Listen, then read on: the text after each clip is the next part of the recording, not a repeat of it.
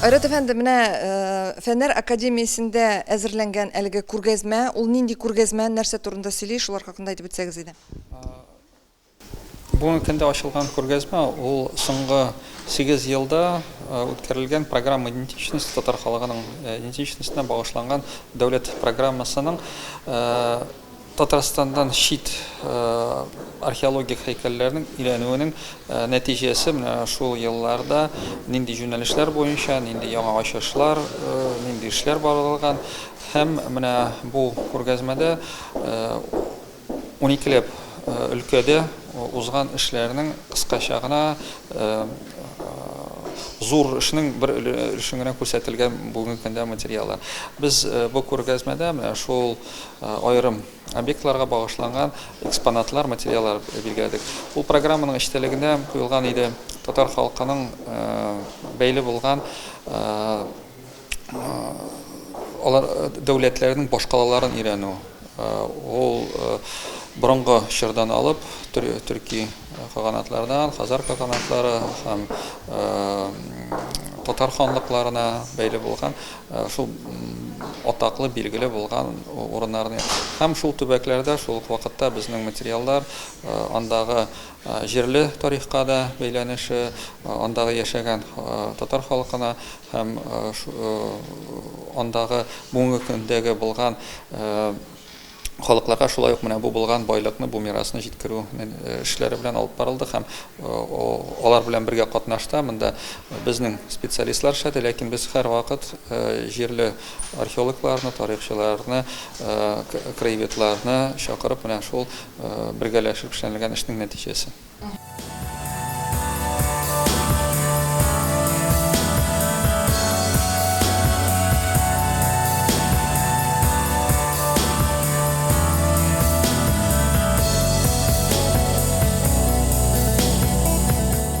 Безнең программаны эшләгәндә зур игътибар юнәлтелгән иде Алтын Урда башкалаларына, Алтын Урданың бөек шәһәрләренә. Ул әлбәттә Сарай аль-Махруса, Астрахан өлкәсендә урнашкан, аңа тирәлегә бәйле булган объектлар.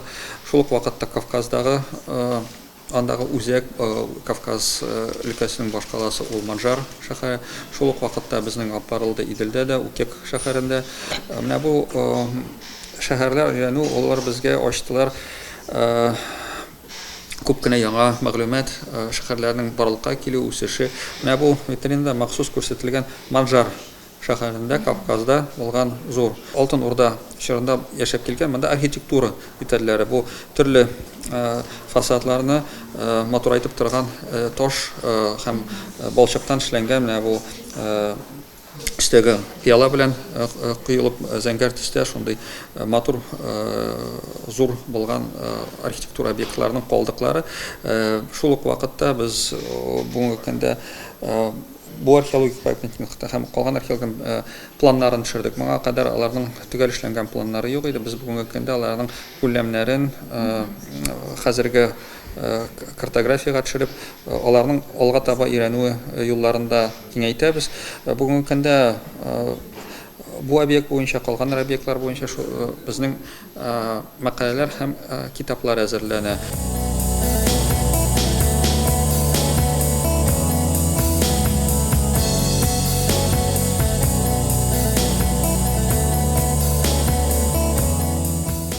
Аерым туктап китер идем, ул Астрахань өлкәсендә Сарай аль-Махрусага бәйле. Ул зур шәһәр урыны.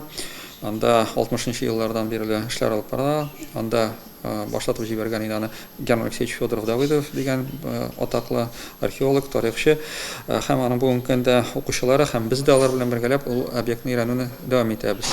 Әйтергә кирәк, ул аерым шәһәр генә түгел, ул берничә километрга таралып киткән зур агломерация һәм анда шул шуга караган төрле сарайлар, балчыктан савытлар, кирпечләр җитештерү комплекслары бүгенге көндә бар. Шуларга карый Лапас дигән археологик комплекс, ул урында аның исеме дә төркичә, ул Лапас сарай дигәндәй мәгънәдә дә безнең кулланыла. Ул вакытта анда булган кирпич җитештерү мишләре алар анда күп кенә бер 6-7 гектар алып тора. Ләкин ул урын аның белән игътибарга гына лаеклы түгел. Анда Үзбәк хан, Бөрке хан һәм калган чингизларга бәйле булган мавзолейлар урыны ул. Ул борынгы урта гасырга караган карталарда да чагылыш таба. Үлгәннәр шәһәре, город мертвых дигән мәгънәдә карталарда ул теркәлгән. Без үткәрдек анда геофизика, ул кайбер мавзолейларның планнары ачылды.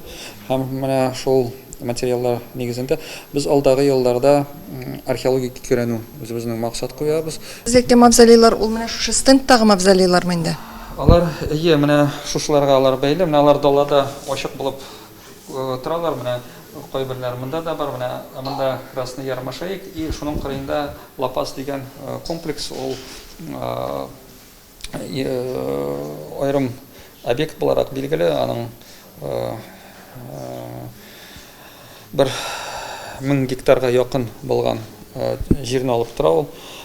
Шул 30-га якын мавзолей. Без менә шуларны өйрәнүдә алга шулай күбрәк аның турында сөйләргә күрсәтергә. Без анда быел төп эшләрне үткәрдек, без аңа озак әзерлек барды.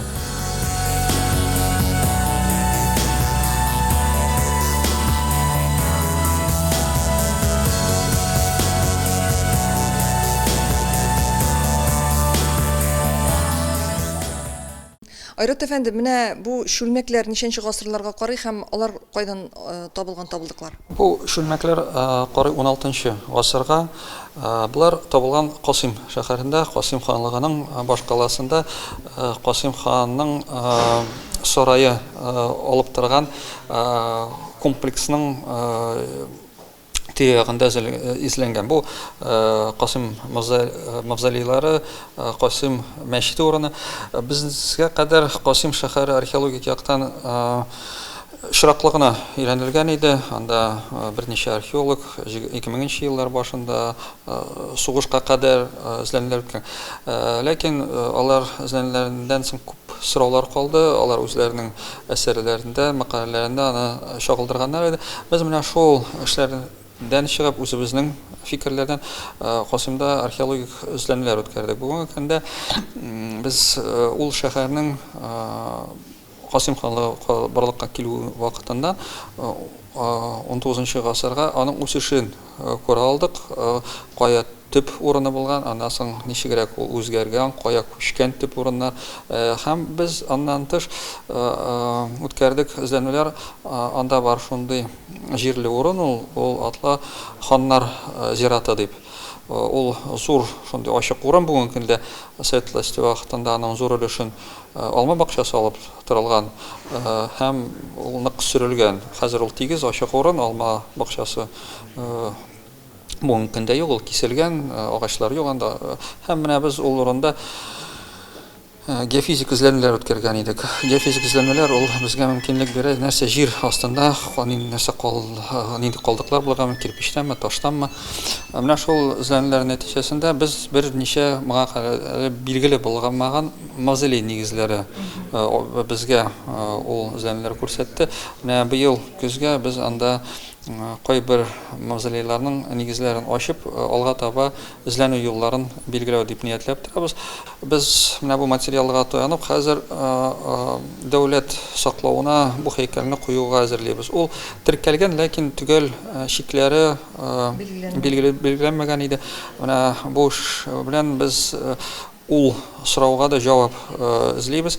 Алдагы елда без документларны әзерләп, Рязань өлкәсенә тапшырырга ниятләп торабыз. Анда безнең бик тыгыз мөнәсәбәтләр андагы Касыйм шәһәрендә яши торган татарлар белән, алардан безгә һәрвакыт ярдәм булышу бар. Без шуның өчен анда бик тыгыз мөнәсәбәттә алар белән аңлашып эшләрне алып барабыз.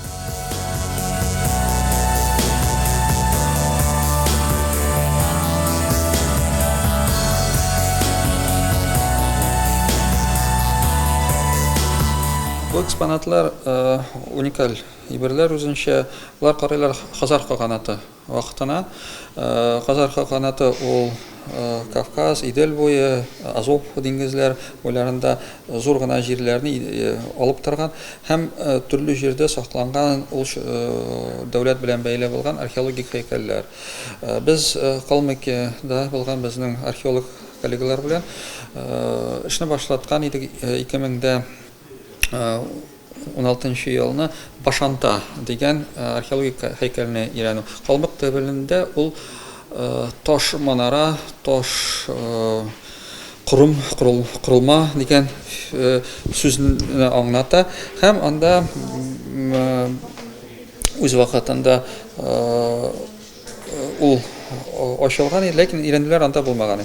Менә без эшләрне анда башлатып җибәрдек алар белән бергә.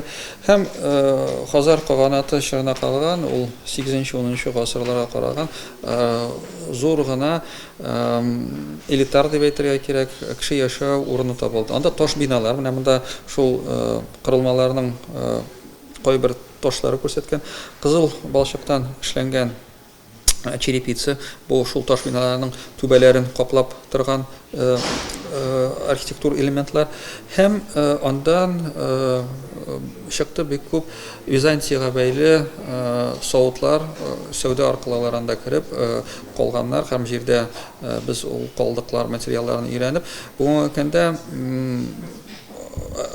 коллекциялар алар үзләре Калмыкиядә саклана, анда музейда. Без менә кайбер өлешен иң күләмле булганын үзебезгә эшкәртүгә Казанга алып кайтып тордык. Без аларны хәзер өйрәнәбез, эзлибез.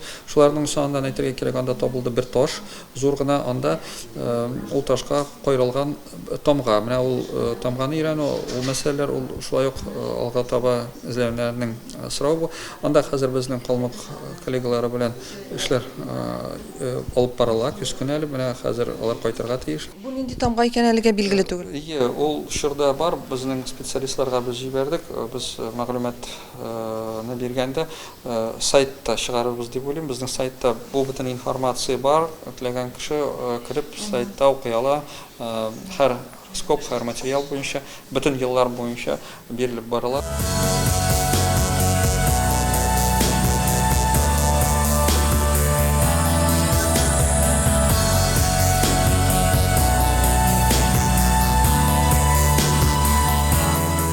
Безнең эшләр алып барылды. Менә Искер дигән шәһәрдә, ул Себер ханлыгының баш каласы, анда берничә шундый шәһәр бар, бүгенге көнгә сакланган.